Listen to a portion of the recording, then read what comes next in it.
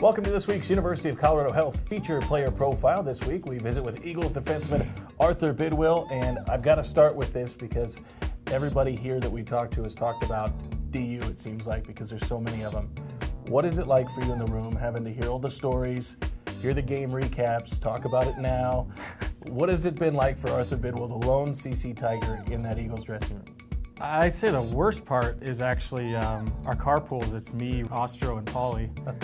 And all they do is talk about DU stories and blah, blah, blah. And most of the time I just sit there silent, but every once in a while I'll just join in and I'll start laughing like I know what they're talking about. Or like, I'll say like, oh yeah, remember when he did that? Or, and they just look at me like, wait, you weren't even there? Like, I gotta chime in any way I can. So, kind of describe what was it like that when you were at CC you didn't like about DU? Things that obviously just right off the hop you talked about that you didn't enjoy about DU and the guys that played there and having to play them. Mostly just their attitude. Like, they're bad kids in general. Like, if you saw them in the street, like, you'd know.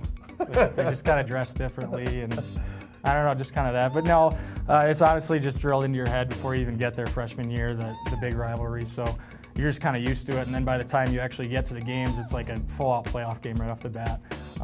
So there's just a lot of build-up to every single one, and it just kind of goes through for the 4 years. So. Tell us about your hometown and what you liked about it growing up.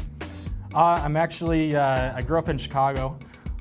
Things I liked about it were, I actually did like the winter when I could do things like snowmobiling and ice fishing or whatever.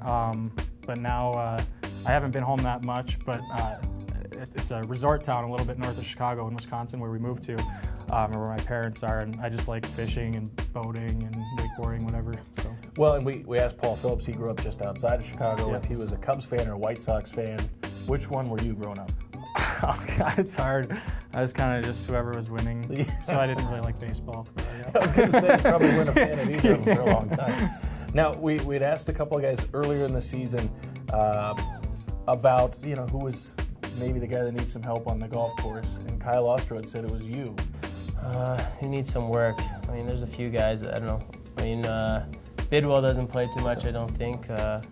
Yeah, I'm pretty upset about that. Mainly because we've never golfed together.